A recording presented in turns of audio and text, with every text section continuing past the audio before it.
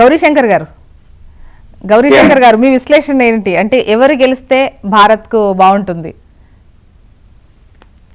Generally America ఎట్లా ఉంటుందంటే ఏ country అయినా కూడా ఎకనామికల్లీ సౌండ్ ఉంది, మంచి స్టేబుల్ గవర్నమెంట్ ఉంది, డెమోక్రసీ ఉంది అని అంటే డెఫినెట్లీ ఆ గవర్నమెంట్ కి సపోర్ట్ ఇస్తుంది.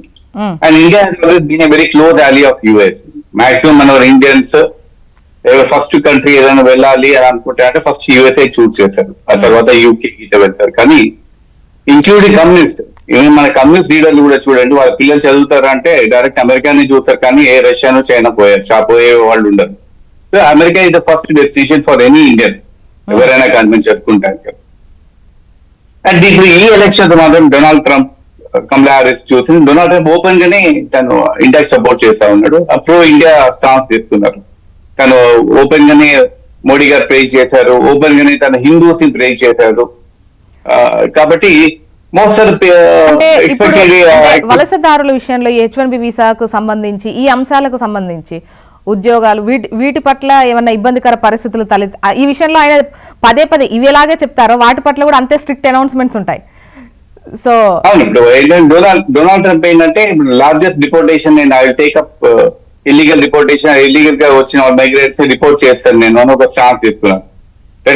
Very openly saying that. ఎందుకంటే డ్రగ్ డీలర్స్ ఉన్నారు, I lend criminals, drug cartels ని ఎండ్ చేశాను, హ్యూమన్ ట్రాఫికర్స్ ని ఎండ్ చేశాను మాత్రం ఒక స్టాన్స్ తీసుకొని తను వెళ్ళాడు Donald Trump. How far he will succeed is a different thing. ఎందుకంటే ఇప్పుడు కాదు, ఎన్నో ఎలక్షన్స్ మనం ఇంటనే ఉన్నాము. ఇల్లీగల్ ఇమిగ్రెంట్స్ ఉన్నారు, we have to remove them అని ఒకటి ఉంటారు. కొంతమంది అంటే లేదు, we have to accommodate them, ఇండియాలో వచ్చేస్తారు. ఎందుకంటే America in fact most of the Americans are settlers from various countries.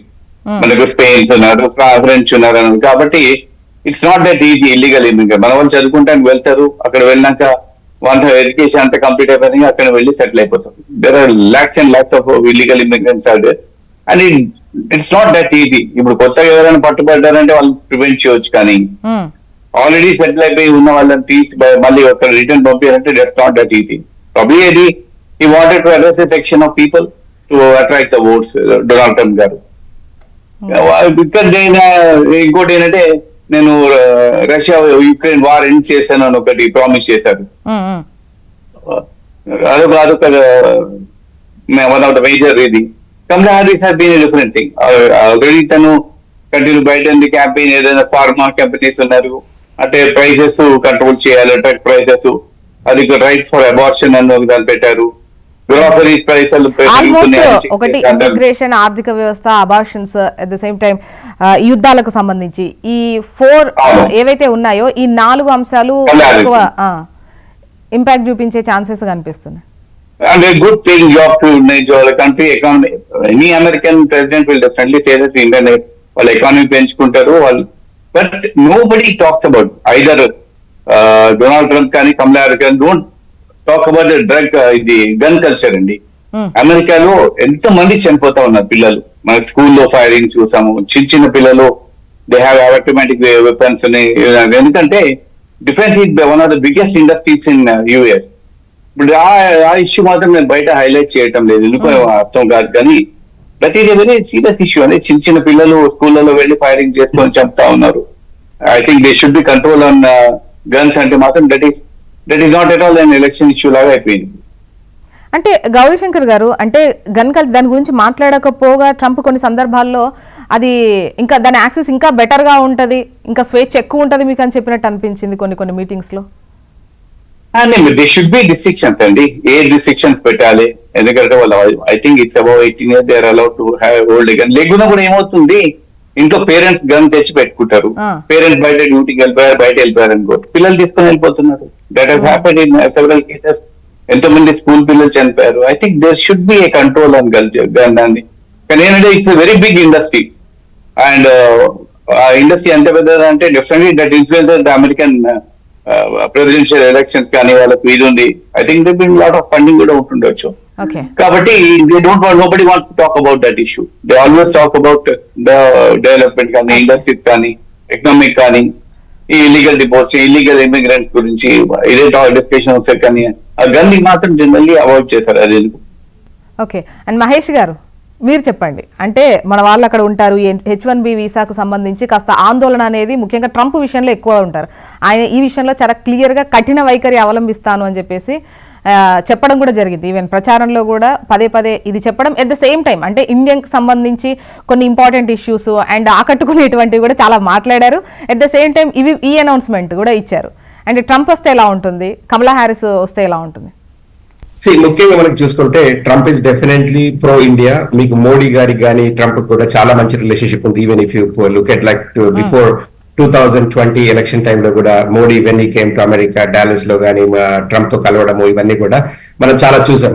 So definitely the relationship is going to be good with the Trump being a president. అంటే అలానే Kamala Harris అయినప్పటికీ కూడా everybody there is no option because largest democracies in the world కాబట్టి ఖచ్చితంగా they will continue to maintain the good relationships.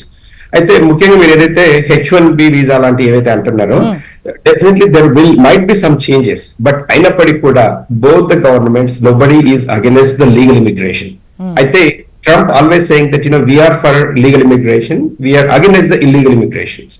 అయితే ఇప్పుడు చాలా మంది ఎవరైతే బార్డర్స్ నుంచి ఇల్లీగల్ గా వస్తూ పోతున్నారో they are getting the green cards first, whereas somebody from India ఎవరైతే వెళ్ళి అక్కడ మాస్టర్స్ చదువుకొని కానివ్వండి డైరెక్ట్ గా H1 జాబ్ చేస్తూ కూడా for them to get the green card it is taking about ఎవరికైనా యావరేజ్ గా తీసుకుంటే 7 to 15 years వరకు గ్రీన్ కార్డ్ రావడానికి అంత సమయం పడుతుంది. అంటే ఫర్ ద 7 to 10 years వీళ్ళు చదివి కష్టపడి H1 జాబ్ తీసుకొని ఇల్లు కొనుక్కొని ట్యాక్సెస్ కడుతూ కూడా they have to wait in the long queue. అంటే because there is a country per country quota limit ఉంది కాబట్టి with restrictions. But when it comes to somebody coming from illegally humanitarian ground అని రకరకాల grounds లో వాళ్ళకి illegal గా వచ్చిన వాళ్ళకి కూడా తొందరగా గ్రీన్ కార్డ్స్ ఇచ్చే proposal is coming from the Democrats. So which is like not fair for the people who are going legally. అందుకే ముందు ఎప్పుడైనా చూసుకుంటే any immigrant nations always they use to support Democratics. But now ముఖ్యంగా ఎవరైనా కానీ మీరు Indians ని whomever ask in America now most of the people are split. So even though Kamala Harris roots are from India, though she is like from the Democratic Party, అయినప్పటికీ కూడా even including me or most of the people, several people, అందరు కూడా Donald Trump నే support చేస్తున్నారు. ఎందుకంటే when you are in the country, what he is saying is like I will bring back the nation. America is first. And so when you are living in America, for you more important is America. Yes. And what is the kind of like actions you are taking. ఇప్పుడు మనం చూసుకుంటే కూడా we saw the two wars in the last 2 years లో ఇప్పుడు between Russia and Ukraine కానివ్వండి లేకపోతే Israel తో పాటు అక్కడ వార్స్ జరుగుతున్నాయి. So these are all possibilities. Even ఇలాంటి గవర్నమెంట్స్ బైడెన్ లాంటి government who doesn't have a strong stand ఏవైతే తీసుకోలేరో అట్లాంటి ప్రెసిడెంట్స్ ఉన్నప్పుడు these things always happen. But somebody like president like Donald Trump కానీ జార్జ్ బుష్ లాంటి వాళ్ళు ఎవరైతే ఉన్నప్పుడు they will be deterred even to approach in to some other countries అనమాట. వేరే కంట్రీకి వెళ్ళి మనం వార్ చేయాలంటే America will come in to action అని చెప్పేసి most of them they don't even get into the war zone లాంటిది because okay. That's the kind of like they are strong in terms of the defense and in terms of ఇప్పుడు even Israel war కానీ ఈ రోజు Israel war జరుగుతున్నప్పటికీ కూడా ఎందుకంటే there is America behind Israel అనే situation లో అక్కడ చుట్టూ there are several. But Israel విషయంలో రెండు అంటే ఒకేలా ఉన్నాయి కదా. ఒక రష్యాను ఆ యుద్ధాన్ని మినహాయిస్తే ఇప్పుడు ఇజ్రాయెల్ కు సంబంధించి 2 versions ఒకేలా ఉన్నాయి కదా. 100%. యాక్చువల్ ఏంటంటే దర్ ఆర్ 2 issues అండి. ఇప్పుడు NRA నేషనల్ రైఫిల్ అసోసియేషన్ ఏదైతే ఉందో గన్ కల్చర్ కానివ్వండి అండ్ ఇలాంటి ఇజ్రాయెల్ విషయంలో కానివ్వండి whether it's Democrats or Republicans both can't go against them. So ఎందుకంటే those lobbings are very very strong and both Republican or Democrat they can't talk against Israel, so they have to support Israel. The second thing is when it comes to the National Rifle Association kuda Gauri Shankar garu cheppinattuga so everybody talks about it kakapothe the National Rifle Association ane lobbying chala strong undi kabatti end of the day aa topic ni pakkana pettesi they don't take it as a mainstream topic. Okay. So there are అంటే the way I mean Americans me opinion ఏంటి? Discuss చేసి ఉండాల్సిందేమో కదా ఒక version ఖచ్చితంగా చెప్పి ఉండాల్సి. ఎందుకంటే చూస్తూ ఉన్నాం కదా చిన్న చిన్న పిల్లలు ఏ విధంగా అవుతుంది స్కూల్స్ లో కాలేజెస్ లో మాల్స్ లో ఎక్కడ పడితే ఎక్కడ పట్టినా. So they should control the guns. ఇప్పుడు ఏమైతుందంటే any time one incident happens everybody talks about it for 3 days in the media. Then after that there is no action. So it's become like more of a political thing that we will bring up some new laws అంటారు అవన్నీ కానీ. But ఇప్పుడు been looking at for the last 25 to 30 years నుంచి నేను been closely watching. But both of the government, even whether it's a Republican or Democrats, ఎవరు కూడా ఇంతవరకు action తీసుకోవాలి. అంటే the way they feel having a gun is my license, my ownership. ఇప్పుడు ఇక్కడ మనకి డ్రైవింగ్ లైసెన్స్ ఉండడానికి నాకు రైట్ ఎట్లా ఉందో, gun is my right.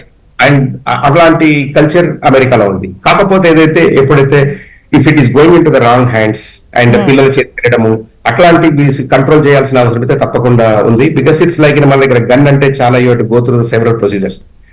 9/11 before America పైన అటాక్ జరిగే ముందు అయితే anybody can even buy online లో, మనం అమెజాన్ లో ఎలాంటి టాయ్స్ కొనుక్కుంటామో you could orders that simple.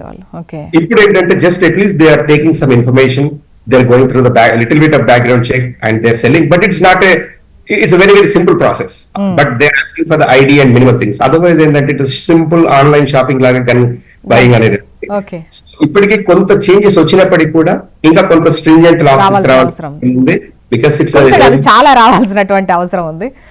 Yeah, so చాలా ఇన్సిడెంట్స్ అవుతుంది. బట్ ఏదేమైనప్పటికీ కూడా what personally I feel Trump government అనేది రావడానికి అవకాశాలు ఎక్కువ ఉన్నాయి, which is good for India. Definitely it's good for India, because most of Indians are educated, they're taxpayers, they're avoiding citizens kabatti, law abiding citizens kabatti definitely it is a positive. It won't be any impact for Indians and nenu anukuntunna. Okay.